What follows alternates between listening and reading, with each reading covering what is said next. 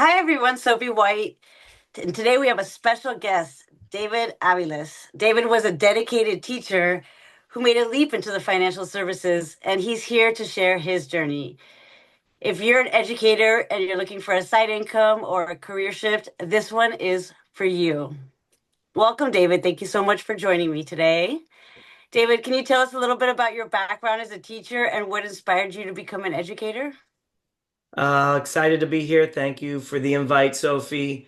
So what inspired me to become an educator is after college, I went into the business sector and I worked in marketing and in sales for about 10, 15 years. And I found that there was a lack of work ethic and just good work habits.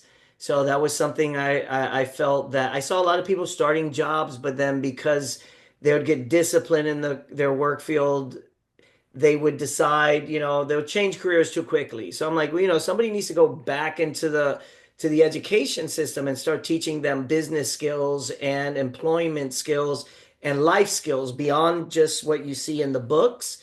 And that kind of really inspired me. And then from there, I became a business teacher for 10 years, everything from business law to accounting to entrepreneurship. And it allowed me to really explore and teach a lot of financial literacy and things that students weren't receiving at that time.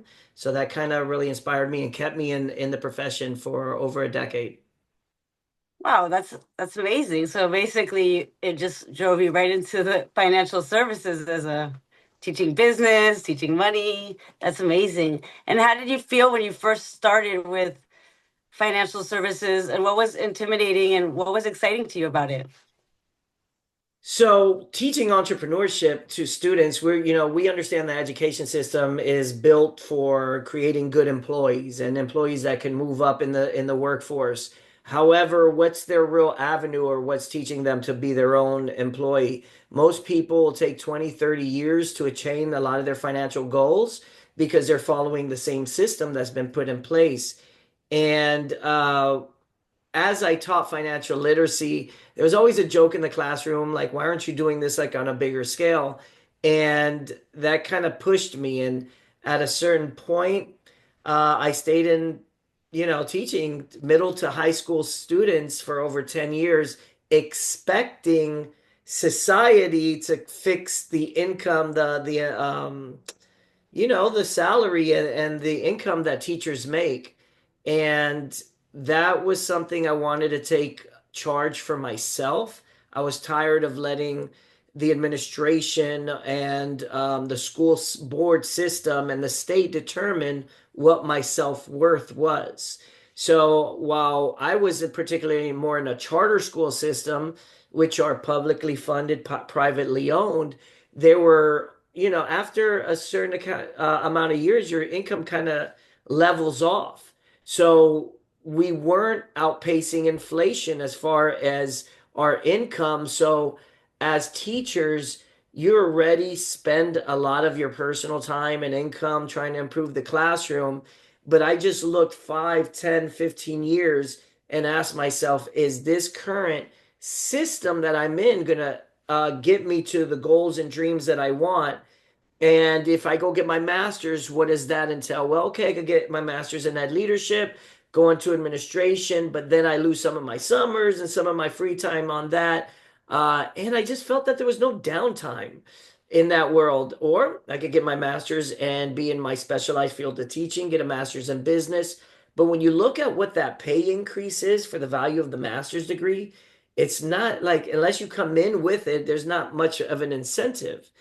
And then if I get a master's degree and go back into corporate America, well, that structure is, 9 to 5, sitting in traffic. So I knew those weren't going to be the best suited avenues for me. So I wanted another opportunity that allowed me to kind of extend myself and allow me to reach my goals and catch up on my retirement quicker than I would just staying in the system that I don't. I waited 10 years for it to change, and um, I decided to make the change myself.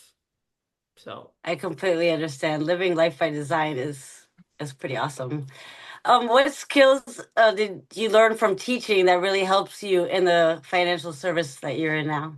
The one that I always get first is patience. As a teacher of middle, sixth through ninth grade or eighth grade in the middle school courses, and then ninth through 12th, it was managing a lot of different types of personalities and being patient and understanding that everybody's in their own timeline, even development and learning.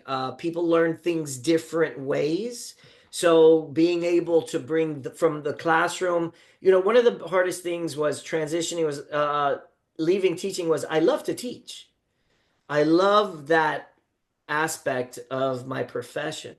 So what I saw was with this generation with Zoom, and we were the teachers of the Zoom era that were able to adapt to it quicker.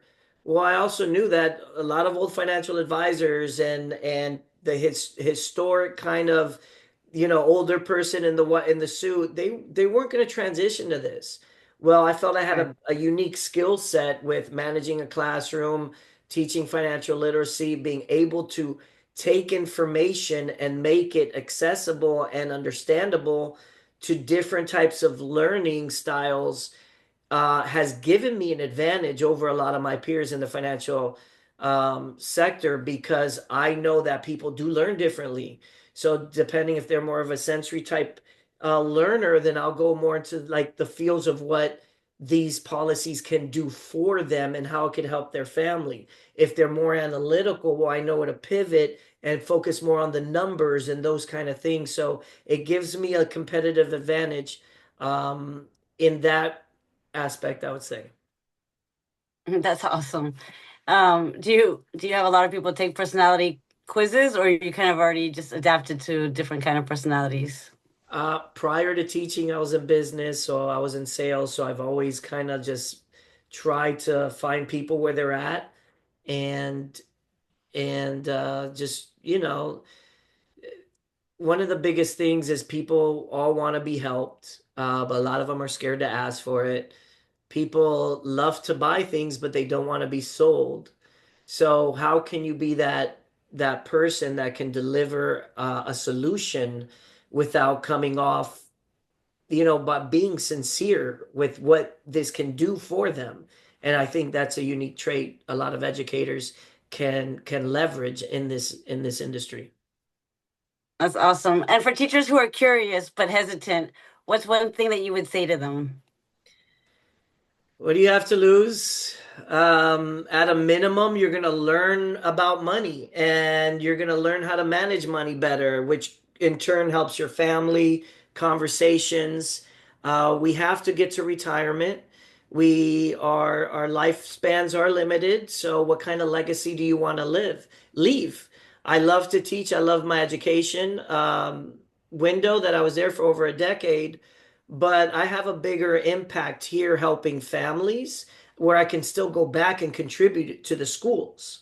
So, although I was for 10 years helping students create skill sets to get them to a better place financially in their careers and their dreams and goals, but I also saw that a lot of their parents were lacking in the sense of I saw the struggle in families and people getting sick. And the number one cause of sickness is stress.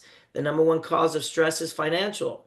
So if I could come back and help heal give people those kind of solutions, in turn, I feel like I'm giving help. I'm helping families on a larger scale than I could just in the classroom. Yes, I agree 100%. David, thank you so much for sharing your story as an educator. And for those that want to learn more about financial services, please feel free to DM us and drop a comment, and we'll reach out to you or join our webinar. It's going to be Wednesday at 5 o'clock on January 15. And we're here to help you explore new opportunities. We're really excited and look forward to seeing you guys.